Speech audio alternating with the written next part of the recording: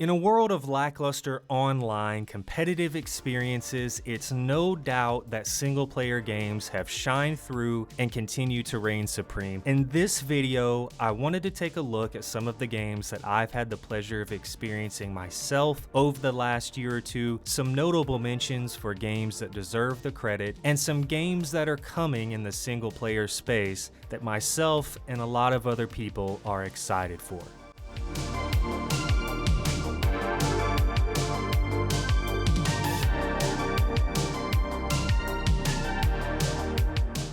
To start off with a game that needs no introduction, Elden Ring. Elden Ring has been critically acclaimed since its release and won numerous awards in the RPG space. You play as a character known as the Tarnished as you navigate a world filled with mystery, intrigue, and incredibly hard to defeat enemies. Elden Ring is a game that I have personally yet to finish, but the level of craftsmanship of this game is second to none. With beautiful landscapes and more grotesquely beautiful enemies, Elden Ring will assuredly be one of the best RPGs ever to release. Perhaps a lesser known game, but a game that I found very pleasing and satisfying to play, and was actually pleasantly surprised at how gory and mature the game ended up being despite its almost childlike aesthetic. Bramble the Mountain King. An indie game that is inspired by Nordic fables. You play as a small boy in search of his sister who has been kidnapped. Bramble the Mountain King takes you through a series of dark worlds and challenging bosses to overcome, with compelling environments, well-crafted characters, unique lore, an isometric view that places you as a small, unbecoming character in a giant world. In the indie space, Bramble the Mountain King offers a truly rich experience that I highly recommend. Hellblade 2 continues the saga of the main protagonist Senua as she struggles to manage the schizophrenic voices that torment her throughout the game.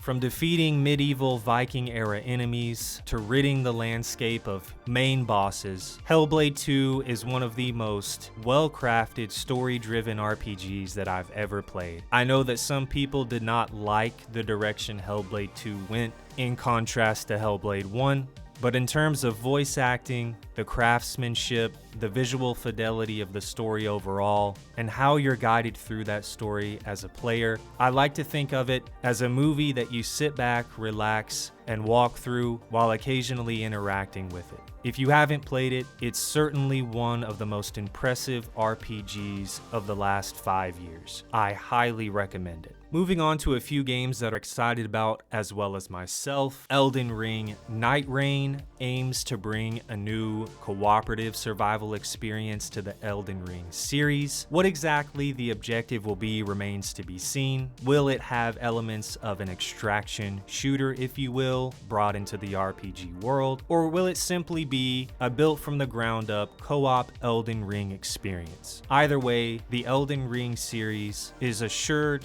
to satisfy and not disappoint. Phantom Blade Zero recently released a small gameplay trailer that has taken the world by storm. Samurai games seem to be having an emergence as of recent, and a lot of them are looking really good. Phantom Blade Zero looks awesome. The first boss fight we get to see in the gameplay reveal looks really cool. The combat looks swift, fluid. You can tell right away that the game is going to be filled with a lot of unique characters to fight and a world that is sure to captivate its audience. Blood of the Dawnwalker recently released a trailer that has also captivated a lot of RPG fans. There doesn't seem to be any gameplay for the game out currently, but the lore, the mood, the tone, the overall feel of the trailer and what the game may or may not end up being has certainly already captivated a wide and large audience. I'm personally really looking forward to seeing what this game becomes. Covenant has been a big one in the RPG fantasy space. Taking to the likes of Elden Ring and Dark Souls, Covenant is adding its own unique twists to the genre. Rather than the third-person perspective we're all used to, you're now going to be in a first-person perspective,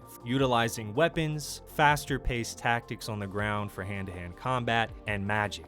Covenant has a really large following online already, with a lot of people thinking that the game is going to live up to the hype, and I certainly hope it does because by the trailers we've seen so far, the game looks like it could be a lot of fun. A few more notable mentions before we move on into the video. Mafia Old Country is a game that I'm personally excited to see. Karma: The Dark World actually released a demo on Steam that should still be available. It's a mind-bending first-person psychological thriller that I had a lot of fun playing, even in the demo. The demo is relatively long, so I would highly recommend checking it out. It's sure to bend the mind when it fully releases. I'll definitely pick that one up. If you're a fan of psychological thrillers with unique and interesting plots and worlds, monsters, etc. to discover, definitely check out Karma: The Dark World. The Witcher 4 had a release at the Game Awards, the trailer that is. The Witcher series has been highly acclaimed since its inception. I don't see why The Witcher 4 would be any different. This time around, you'll be playing the protagonist Ciri.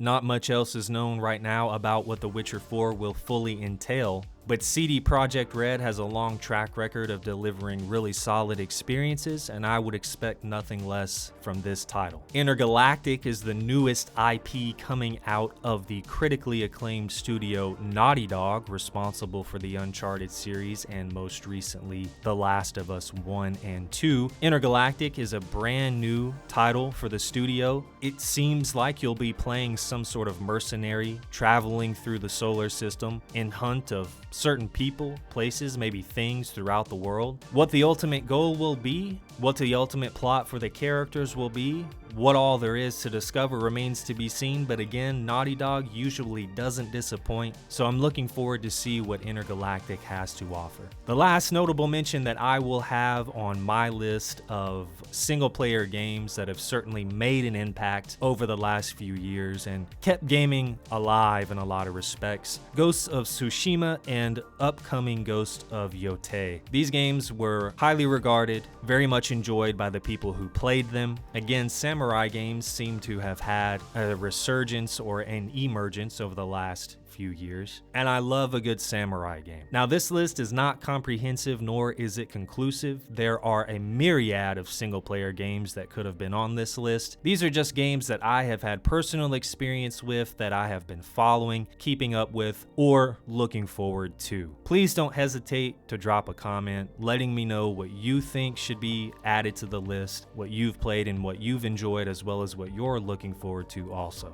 To wrap the video up, folks, I really do mean it when I say that single-player games have kept people like me, who primarily play shooters and online competitive games, going in a game market that just really has not favored that type of experience. These single-player games have offered amazing cinematic experiences, all of which in their own way providing amazing levels of storytelling, world building, character design and creation, challenging and fun combat, and overall immersion in their worlds. So I don't believe that it's an understatement when I say that it really has been the year of single-player games. Really the last 1, 2, or 3 years even. Now, not all of them have succeeded. None of them ever do when you're trying to be perfect and please everybody. There certainly have been a lot of blunders. But there have been a lot more wins, in my opinion, than losses, especially when you're comparing it to our FPS Battle Royale extraction brothers and sisters over there. So again, thank you very much for watching the video. Throw a like on it if you enjoyed it, and be sure to subscribe here on YouTube. Follow me over on Twitch where we stream live. Let me know down in the comments below what you think should be added to the list, what you're looking forward to, and what some of the best single player experiences you've personally had are. I'll see you guys online.